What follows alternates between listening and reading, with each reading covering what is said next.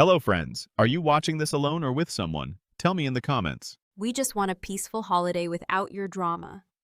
That's what my sister Hannah said to our parents as I walked into the kitchen carrying 2 pies I had baked from scratch the night before, thinking this year, maybe, just maybe, it wouldn't feel like I was walking into a performance where I was the only one who didn't get a script.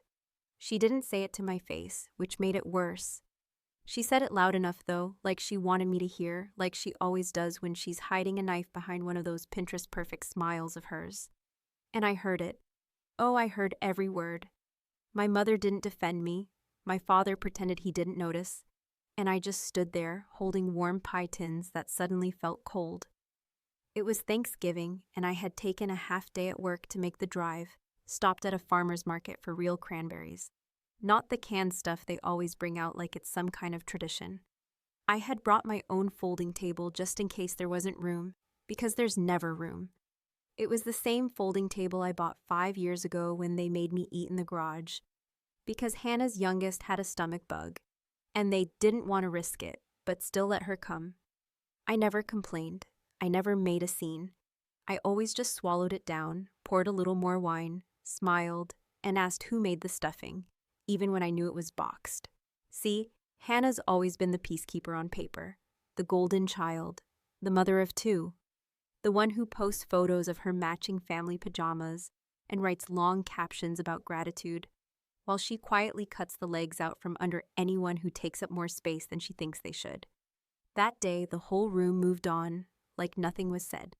My father was carving the turkey, and my mother was complaining about her knees again, and Tom, Hannah's husband, offered me wine like I hadn't just been verbally smacked in front of the entire family. I smiled, took the wine, sat down, and something inside me didn't break. It shifted. I've spent my whole adult life being the strong one. The single, self-made, financially secure woman who gets introduced as still working too much, while my sister gets praised for being such a good mom, even when she's 2 glasses in before noon. I paid for Hannah's health insurance for the past 3 years, under my own small business plan, because she lost coverage when Tom switched jobs. I put $25,000 into a college savings account for her kids, quietly through an education trust, because I didn't want them to grow up thinking no one believed in them. I covered the cost of their home's busted furnace 2 winters ago, wiring the money directly to the contractor after Hannah called me crying. I never asked for anything back, not even a thank you card. But that sentence, that one smug, casual little sentence, peeled the last layer off whatever armor I had left. We just want a peaceful holiday without your drama. As if existing in that house, breathing air, taking up 1 seat at the table, was already too much. As if the years of swallowing my pride and shoving down the urge to scream made me the problem, not the one who absorbed it all. I looked around the room, Hannah pouring gravy with a fake laugh, Tom reaching over to hand our dad the mashed potatoes, my mom talking about gluten, and I realized that I had become a side character in their lives. Useful, invisible, disposable. That's when the idea started to form. Not a burst of rage, not a scream or slam door, but a quiet calculation. If I was the problem for showing up, maybe I wouldn't show up anymore. Not emotionally, not financially, not in any way that could be felt or tracked until it was too late. I didn't say a word during dinner. I smiled. I complimented the stuffing. I played a round of charades with the kids and held my niece while she fell asleep. I even helped clean up, though no one thanked me. When I left, I hugged everyone, told Hannah her sweater was cute, and promised to call next week. But the moment I got back to my apartment, I poured myself a drink, opened my laptop, and pulled up every account I had ever created with their names attached to it. I looked at the health insurance plan first. Hannah's family under my premium, fully covered, paid up through the next 3 months. I stared at the terminate coverage option for a while, just to see what it felt like. I didn't click it, not yet. But for the first time in a decade, I imagined what life would be like if I finally, truly, stopped playing the part they assigned me. Let me ask you something. Have you ever been blamed for ruining a family event just for existing a little too honestly? Have you ever sat in a room full of people who swore they loved you but couldn't make space for your presence unless it came packaged in silence and servitude? At what point does kindness become self-destruction? I went to bed that night with that question pressing against my skull like a drumbeat. It didn't feel angry, it felt clear, and I knew, with a level of certainty I hadn't felt in years, that the next time they noticed my absence, it would be in the places they never even knew I'd been holding them up. And the best part? They wouldn't hear it coming. There's a strange kind of pain that settles into your bones when you realize you've spent over a decade building a safety net for people who never once looked down to notice it was there. And stranger still is the ache that follows. When you understand, they'd likely still call you selfish, even if you handed them the ledger and showed them every silent sacrifice you made to keep their lives stitched together behind the scenes. In the week following that Thanksgiving dinner, I didn't talk to anyone. Not my mother, not my father, not even the one or two friends who usually got my sarcastic post-holiday debrief texts. I kept the silence like a trophy. I wore it like armor. Because I wasn't sulking, I was remembering. Not bitterly, not dramatically, but with that slow, methodical clarity that comes only when you finally stop gaslighting yourself into thinking it's all in your head. I started writing it all down, not for them, but for me. Every wire transfer, every late-night Venmo, every copay, every little gesture that had quietly propped up their version of the American dream, while they cast me as the angry, difficult sister who just couldn't let things go. I remembered the first time I paid one of their bills without question. It was almost 12 years ago, a crisp October day, when Hannah called me in tears because Tom had been laid off and they were about to lose their apartment. I was 30 at the time, working 70-hour weeks at a consulting firm, barely holding onto my own one-bedroom place. And yet I told her not to worry. Logged into my online banking account and sent them $1,800 before she even finished her story. She cried, thanked me, promised it was temporary. It was not. Over the next few years, it became a pattern, a small loan for a car repair, a quiet cover for an ER visit when their youngest got a concussion during a soccer game, the entire balance of their water heater repair after a pipe burst in their basement 2 Christmases ago. I never told our parents. Part of me didn't want them to know, and part of me didn't want to give them a chance to twist it into something ugly, something performative. I thought I was preserving peace. I thought I was doing what family does. But peace, it turns out, is a funny thing. It's only peaceful for the ones who benefit from your silence. And my silence had started to rot. That education fund I set up for Hannah's kids, the one that now held over $25,000 from my savings, was created the same year I got my first bonus. I opened the trust account in both their names, locked it under a secure legal agreement, and set monthly deposits from my checking account like clockwork, even when I was paying off my own student loans, even when I skipped vacations or declined invites to group trips because I had a budget.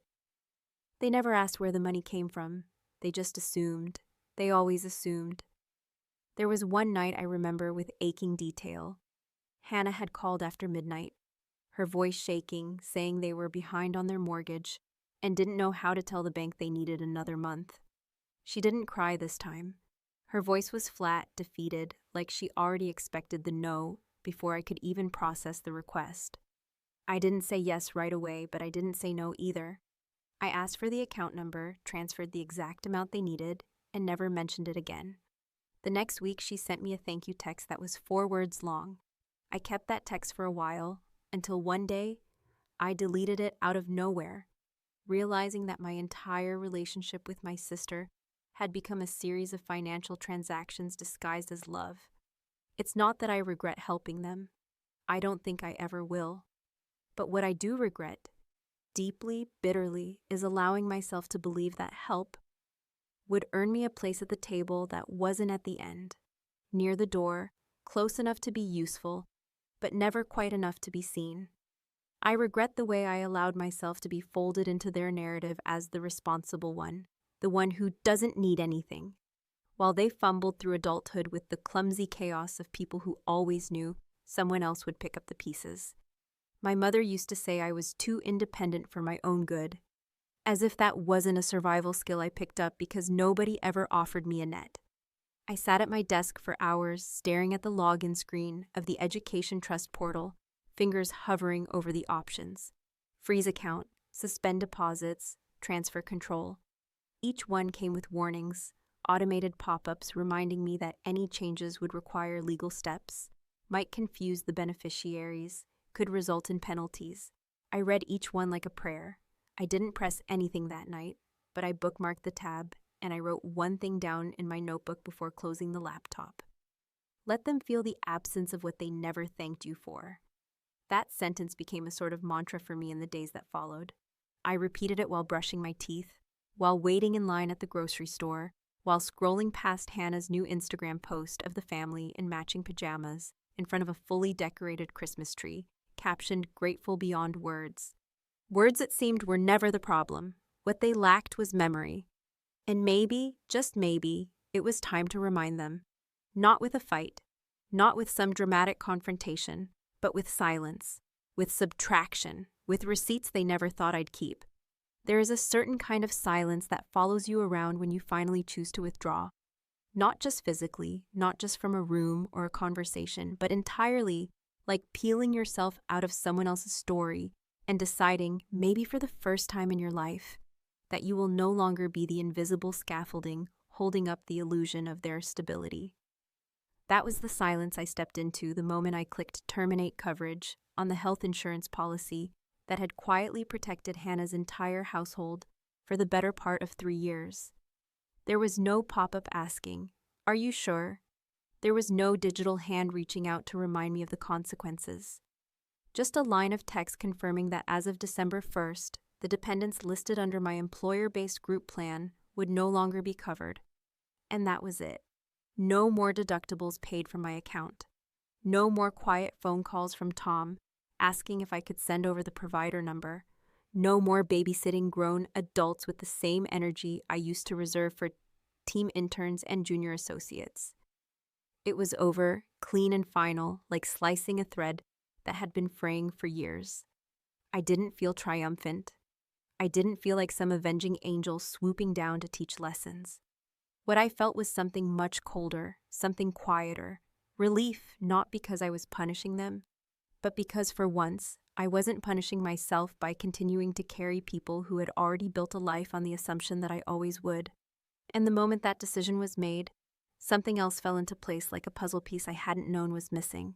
I logged into the Education Trust, the one that held every spare dollar I'd socked away for those 2 kids I once believed I'd love like my own. The account hadn't been touched, obviously. Hannah probably thought it was some faceless government program or school grant. I had made it anonymous for that reason, thinking I was being noble, maybe even strategic, by keeping my name off of everything, never considering that the anonymity that protected them from shame also erased me from the narrative. The freeze option was hidden behind 2 confirmation prompts and a legal disclaimer about future access.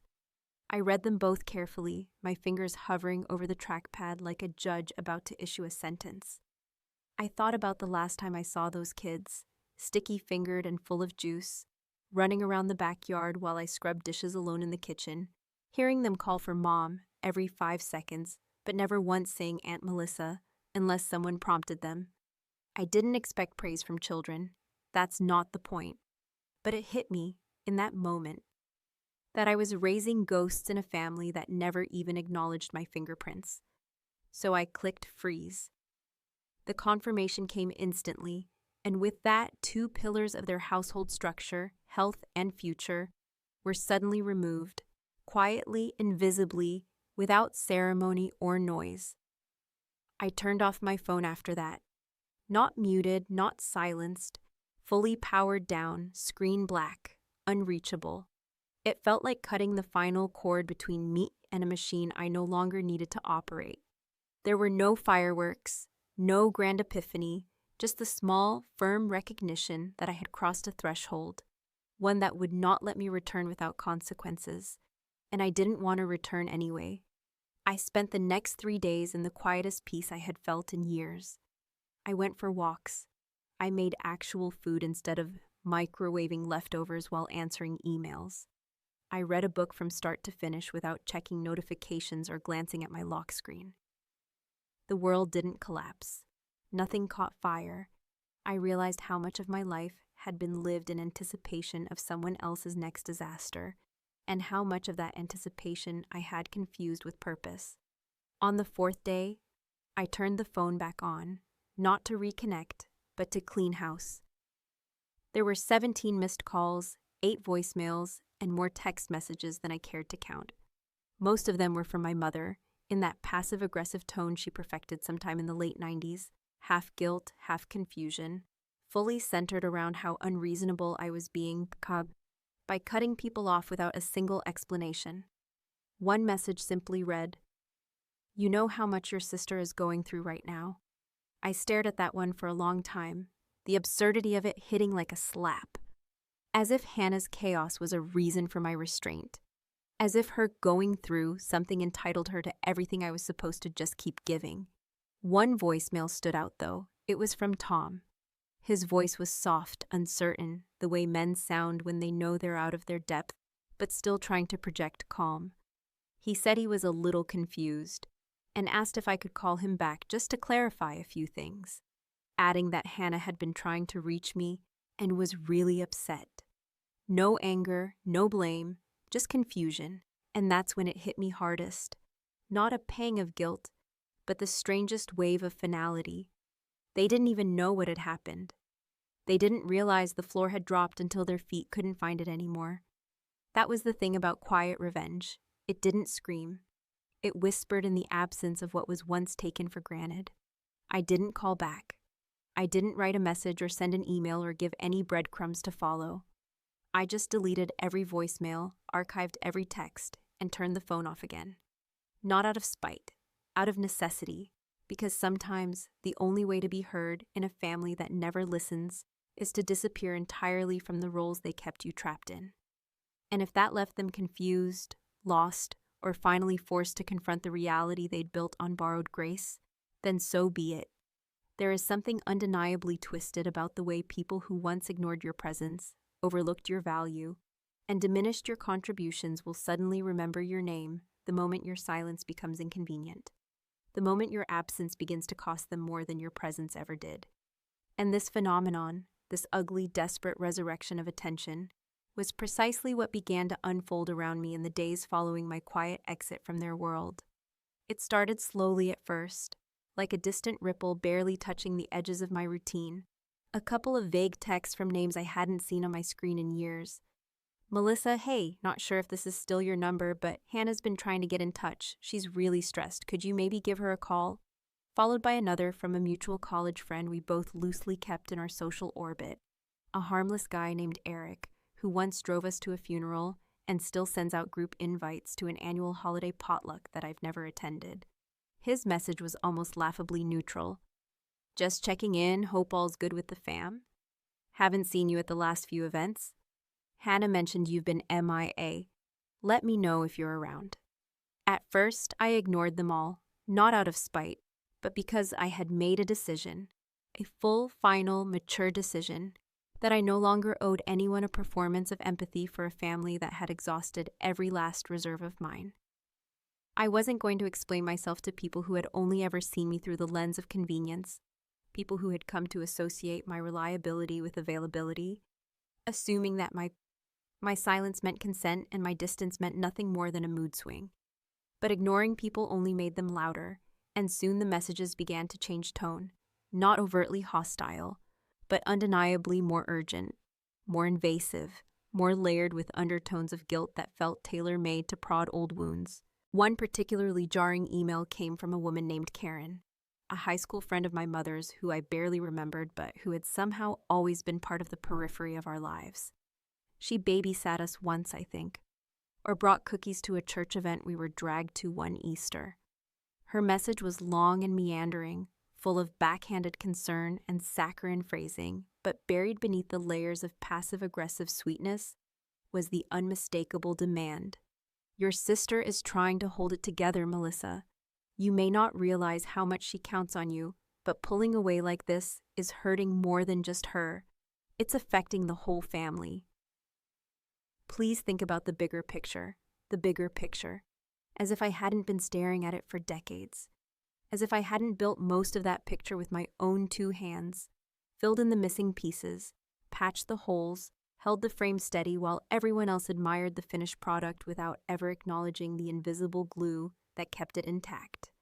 What none of them could seem to grasp, what none of them wanted to grasp, was that my withdrawal wasn't emotional sabotage. It wasn't some petty retaliation or dramatic tantrum. It was a boundary, clearly drawn, long overdue, and enforced with the precision of someone who had finally realized that being indispensable to people who never respect you is not a badge of honor. It's a prison sentence.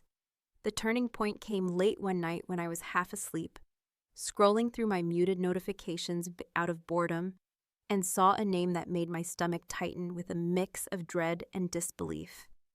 Tom. Not Tom texting or emailing.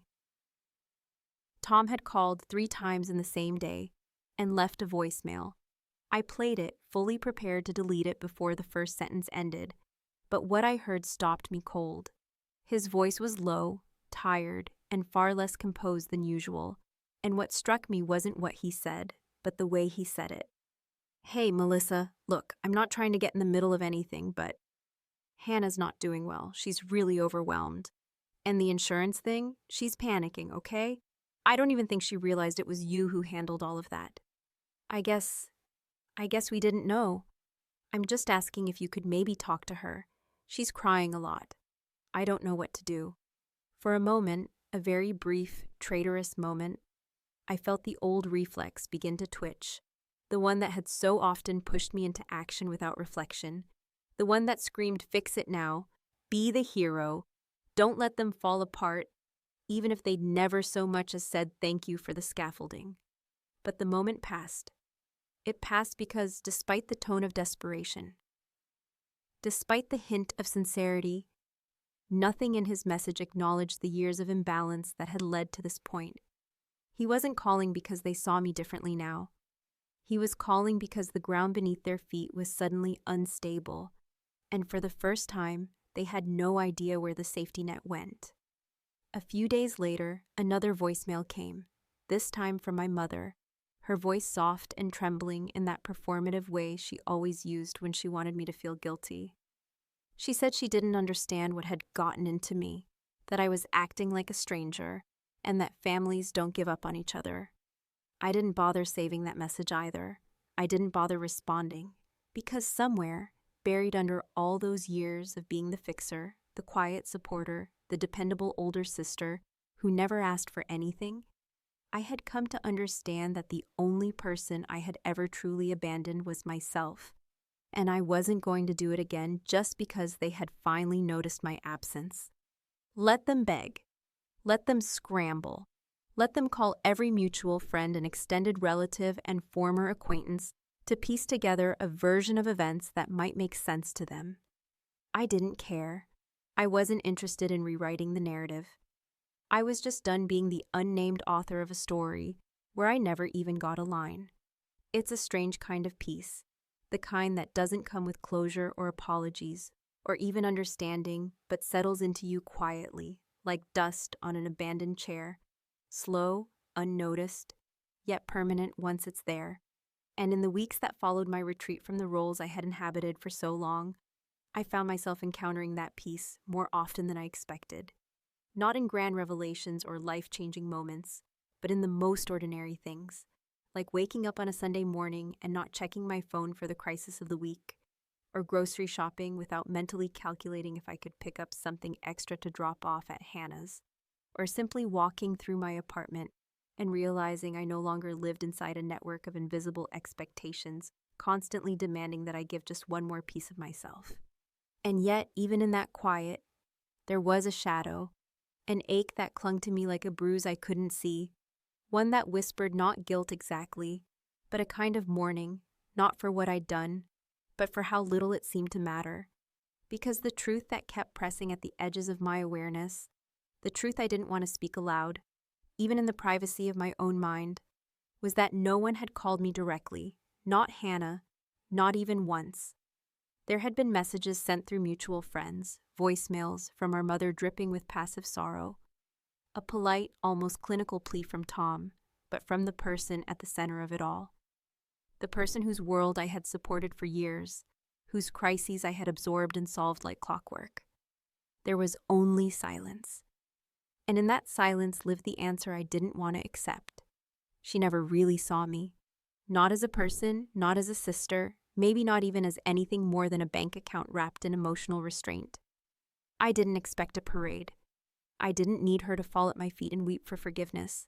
But a single message, a "Hey, I'm sorry," or even an "I don't understand what happened, but I want to talk," would have changed everything. Instead, she hid behind the same social walls she always had, outsourcing her discomfort, hoping someone else would fix the damage or talk me down. Because in her mind, I was the one who had become the problem, not the imbalance we'd been rehearsing our entire lives. And maybe that was the part that stung the most.